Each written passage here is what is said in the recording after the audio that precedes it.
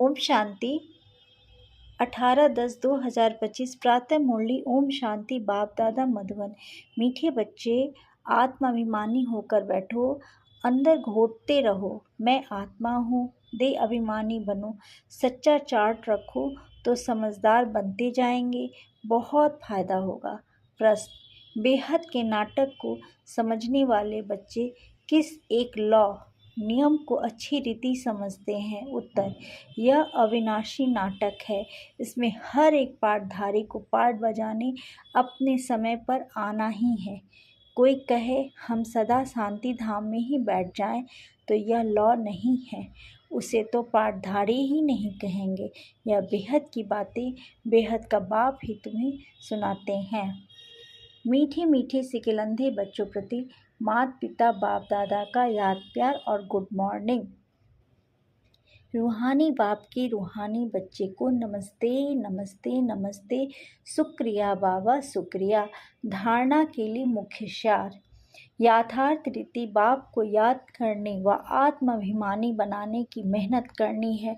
सच्चाई से अपना चार्ट रखना है, इसमें ही बहुत बहुत फायदा है। सबसे बड़ा दुख देने वाला कांटा काम विकार है, इस पर योग बल से विजय प्राप्त कर पतित से पावन बनना है। बाकी किसी भी बातों से तुम्हारा कनेक्शन नहीं।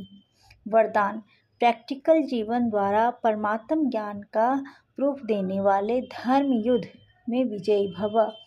अपने धर्म युद्ध की स्टेज पर आना है, उस धर्म युद्ध में विजयी बनने का साधन है आपके प्रैक्टिकल जीवन, क्योंकि परमात्म ज्ञान का प्रूफ ही प्रैक्टिकल जीवन है। आपकी मूर्त से ज्ञान और गुण प्रैक्टिकल में दिखाई दे, क्योंकि आजकल डिस्कस करने से अपने मूर्त को सिद्ध नहीं कर सकते, लेकिन अपनी प्रैक्टिकल धारणा मूर्त से 1 सेकंड में किसी को भी शांत करा सकते हो।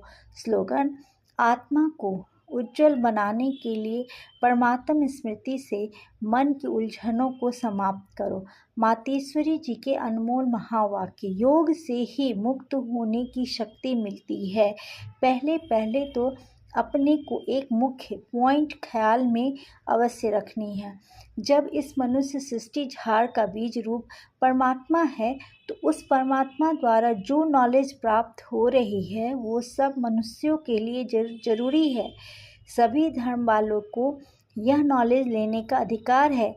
भल हरेक धर्म की नॉलेज अपनी अपनी है, हरेक का शास्त्र अपना अपना है, हरेक की मत अपनी अपनी है, हरेक का संस्कार अपना अपना है, लेकिन यह नॉलेज सबके लिए है। भल वो इस ज्ञान को ना भी उठा सके, हमारे घराने में भी ना आवे, परंतु सबका पिता होने कारण उनसे योग लगाने से फिर भी पवित्र अवश्य बनेंगे। इस पवित्रता के कारण अपने ही सेक्शन में पद अवश्य पाएंगे, क्योंकि योग को तो सभी मनुष्य मानते हैं। बहुत मनुष्य ऐसे कहते हैं हमें भी मुक्ति चाहिए, मगर सजाओं से छूट मुक्त होने की शक्ति भी इस योग द्वारा मिल सकती है। और जपा जाप अर्थात निरंतर ईश्वर याद। यह जो कहावत है, सांसों श्वास और जपा जाप, जपते रहो, उसका यथार्थ अर्थ क्या है? जब हम कहते हैं और जपा जाप, तो इसका अर्थ है जाप के बगैर सांसों श्वास अपना बुद्धि योग अपने परमपिता परमात्मा के साथ निरंतर लगाना, और यह ईश्वरीय याद सांसों श्वास कायम चलती आती है। उस निरंतर ईश्वरीय याद को और जपा जाप कहते हैं। बाकी कोई सुख से जाप जपना अर्थात राम राम कहना, अंदर में कोई मंत्र उच्चारण करना, यह तो निरंतर चल नहीं सकता।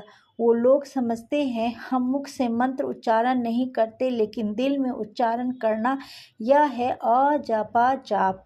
परंतु यह तो सहज एक विचार की बात है, जहाँ अपना शब्द ही और जपा जाप है, जिसको अब जपने की भी ज़रूरत नहीं है। आंतरिक बैठ कोई मूर्ति का ध्यान भी नहीं करना है, ना कुछ सिमरन करना है, क्योंकि वो भी निरंतर खाते पीते रह नहीं सकेंगे, लेकिन हम जो ईश्वरीय याद करते हैं वही निरंतर चल सकती है, क्योंकि यह बहुत सहज है। जैसे समझो बच्चा है, अपने बाप को याद करता है तो उसी समय बाप का फ़ोटो सामने नहीं लाना पड़ता है, क्योंकि मनसा वाचा कर्मणा बाप के सारे ऑक्यूपेशन एक्टिविटी गुणों सहित याद आती है। बस वह याद आने से बच्चे की भी वो एक्ट चलती है, तभी सन सोज फादर कहेंगे। वैसे अपने को भी और सबकी याद दिल भीतर से मिटाए उस एक ही असली पारलौकिक परम पिता परमात्मा की याद में रहना है। इसमें उठते बैठते खाते पीते निरंतर याद में चल सकते हैं। उस याद से ही कर्मातीत बनते हैं। तो इस नेचुरल याद को ही और जपा जाप कहते हैं। अच्छा, ओम शांति। अव्यक्त सारे स्वयं और सर्व के प्रति मनसा द्वारा योग की शक्तियों का प्रयोग करो। अभ्यास की प्रयोगशाला में बैठ योग का प्रयोग करो तो एक बाप का सहारा और माया के अनेक प्रकार के विघ्नों का किनारा अनुभव करेंगे। अभिज्ञान के सागर, गुणों के सागर, शक्तियों के सागर में ऊपर ऊपर की लहरों में लहराते हो, इसीलिए अल्पकाल की रिफ्रेशमेंट अनुभव करते हो। लेकिन अब सागर के तले में जाओ तो अनेक प्रकार के विचित्र अनुभव कर रत्न प्राप्त करेंगे। ओम शांति। फिर बाबा ने अपने बहुत से वाक्य, बहुत से शब्द दिए हैं हम सब के लिए, जो हम सबको बहुत ज़रूरी है। तो पहले है, बेहद के नाटक को समझने वाले बच्चे किस एक लॉ नियम को अच्छी रीति समझते हैं। तो यह नाटक अविनाशी नाटक है। इसमें हर एक पाठधारी को पाठ बजाने वाले अपने समय पर आना ही है। तो कोई कहे हम सदा शांति धाम में ही बैठ जाए तो यह लॉ नहीं है, उसे तो पाठधारी ही नहीं कहेंगे। यह बेहद की बातें बेहद का बाप ही तुम्हें सुनाते हैं। तो ये सब लाइनें और भी बहुत लाइनें हम सब के लिए महत्वपूर्ण है और इस सबको बार बार हम लोग को पढ़ना होगा ताकि हमारे अंदर ये जा सके। वरदान, प्रैक्टिकल जीवन द्वारा परमात्मा ज्ञान का प्रूफ देने वाले धर्म युद्ध में विजयी भव। स्लोगन है, आत्मा को उज्जवल बनाने के लिए परमात्मा स्मृति में से मन की उलझनों को समाप्त करो। तो ये सब लाइनें हम अपने बाबा का पढ़ के सुना चुके हैं। फिर आप लोग अपने खुद से पढ़ लेना और प्लीज़ इन सब ज्ञान को हम सबको धारण करना है ताकि हमारा भारत स्वर्णिम भारत बन सके। तो शुक्रिया बाबा, और आप सबका भी बहुत बहुत शुक्रिया। प्लीज़ इस ज्ञान को ज़्यादा से ज़्यादा अपने बढ़ाना, अपने घर को ज़्यादा बनाना, अपने परिवार को बढ़ाना है। तो ओम शांति, ओम शांति।